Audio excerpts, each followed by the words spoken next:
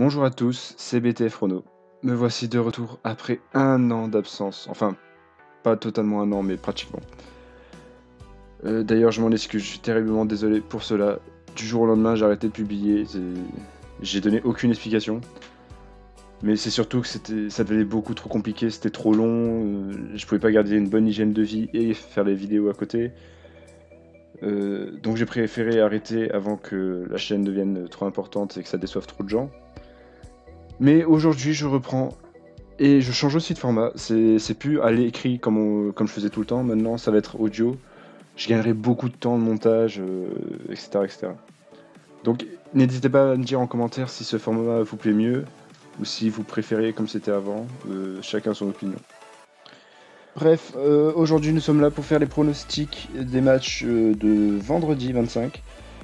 Alors les débuts de saison sont toujours très compliqués à pronostiquer.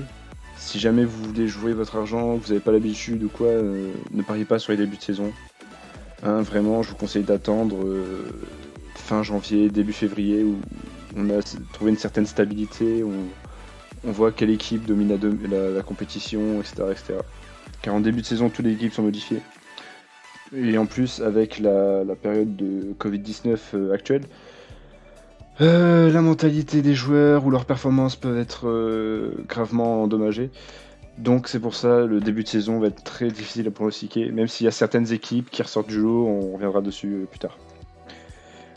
Donc du coup, pour le premier match de ce vendredi qui sera à 18h, nous avons les Miami Heat contre les Pélicans. Oui, alors je vais le faire à la française. Hein. Je vais pas partir sur de l'américain que j'aurai un accent dégueulasse. Quitte à ce que vous foutez de ma gueule, autant que vous foutez de ma gueule jusqu'au bout, je vais parler bien français. Donc, sur ce match, ce sont les Heat qui sont favoris. Cependant, je ne suis pas d'accord avec ça. Déjà, les Heat vont manquer de Justice Winslow qui ne pourra pas disputer ce match. Donc l'équipe en est déjà vachement endommagée. Puis on les a vus vachement timides, les Heat sur leur dernier match. Les Heat qui avaient joué contre les Magic et qui ont perdu 113 à 107.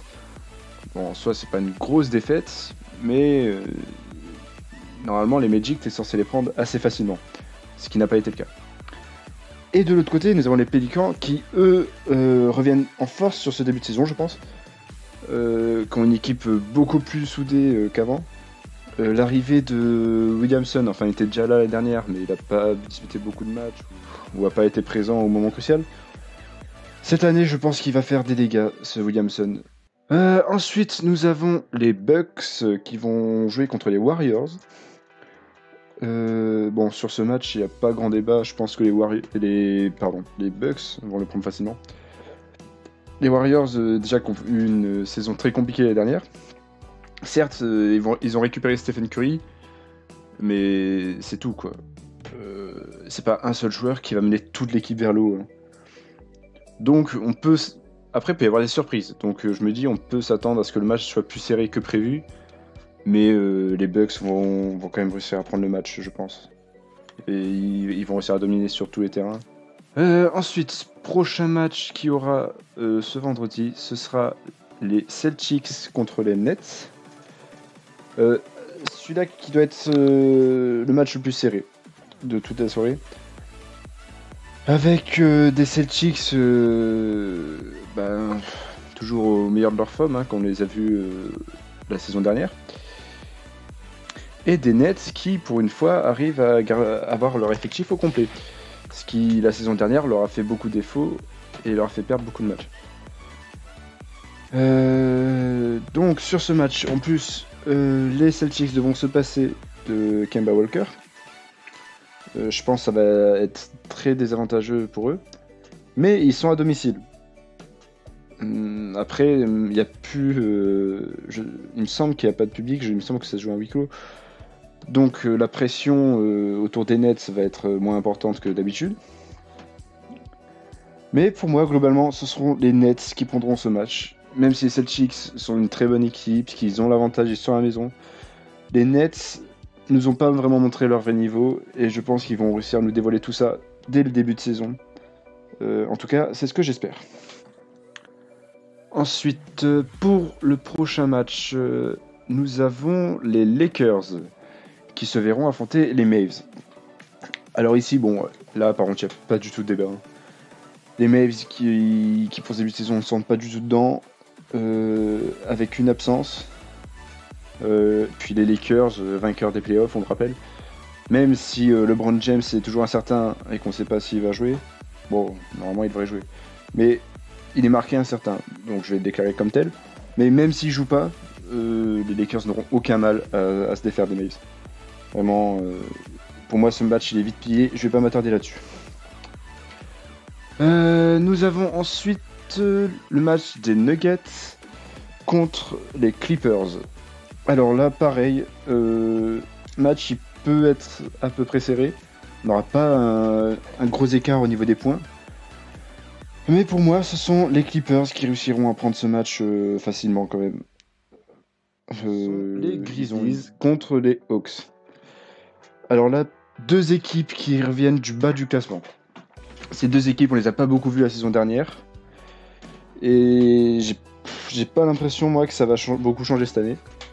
Mais après, comme je vous ai dit, c'est le début de saison, on peut avoir des surprises.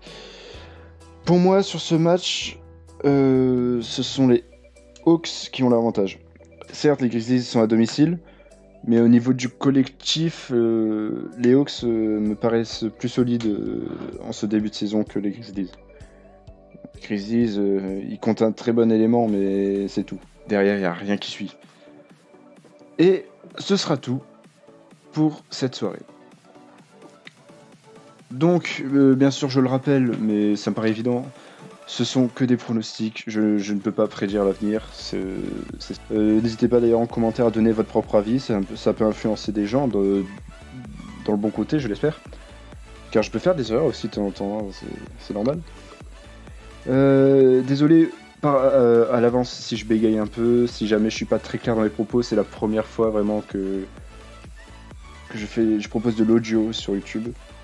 Je suis pas habitué à parler devant beaucoup de personnes. Enfin, j'ai pas non plus une énorme communauté, mais il me semble que j'ai 250 abonnés. Donc si j'ai 250 personnes qui se mettent devant moi et qui me regardent, forcément ça me fait stresser un peu, et c'est un peu cet esprit-là que je ressens. Donc je m'excuse d'avance si mes propos sont pas souvent très clairs, et si je bégaye un petit peu. Sur ce, j'espère que cette vidéo vous aura plu. Si vous n'êtes toujours pas abonné, abonnez-vous. Likez la vidéo si elle vous a plu. Activez les notifications aussi, ça peut vous servir pour ne louper aucun pronostic sur des matchs qui pourraient vous faire gagner gros. Et sur ce, je vous dis à la prochaine, c'était BTF Chrono.